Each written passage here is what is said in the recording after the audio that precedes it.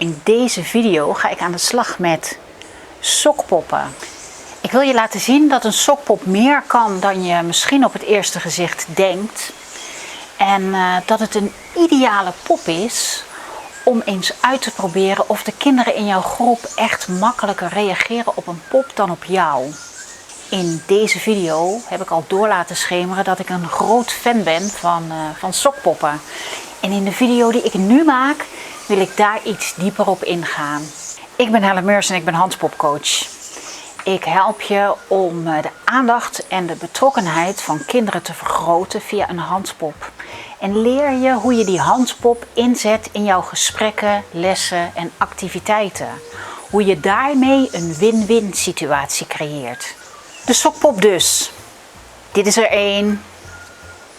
En dit is er één. En dit ook.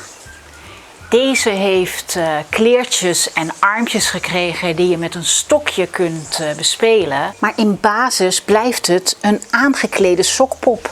Een lange mouw met een beweegbare bek aan het uiteinde.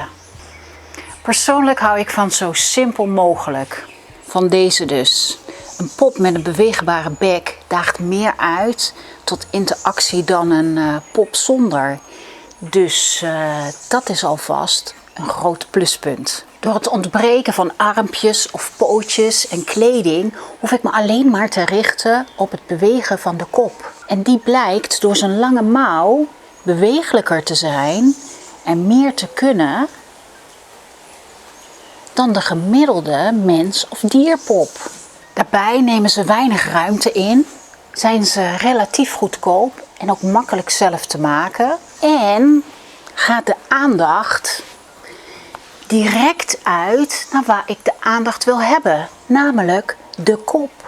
Genoeg reden dus om heel dol te zijn op de sokpop. Ik bespeel een sokpop op deze manier. Ik hou hem naast mijn lijf en laat hem bewegen vanuit mijn pols. Hij zwabbert niet door de lucht, maar lijkt een onderdeel van mij te zijn. En daar kan ik mee spelen.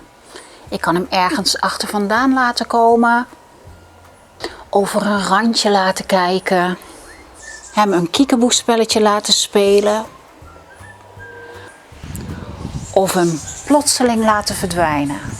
Een ogenschijnlijk saaie sokpop kan heel boeiend zijn om naar te kijken. Kan een eigen karakter krijgen, emoties laten zien en prachtige gesprekken uitlokken.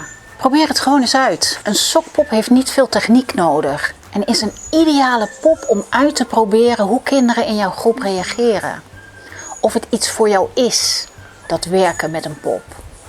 Wil je beginnen met een pop in jouw groep en kun je daarbij wel wat tips gebruiken? Abonneer je dan op mijn kanaal. En kijk ook alvast deze video. Daarin leg ik je uit hoe je om kunt gaan met kinderen die steeds maar roepen dat jouw pop nep is. Dat jij het doet. Nou, dit was het voor deze video. Ik zie je graag in de volgende. Tot snel!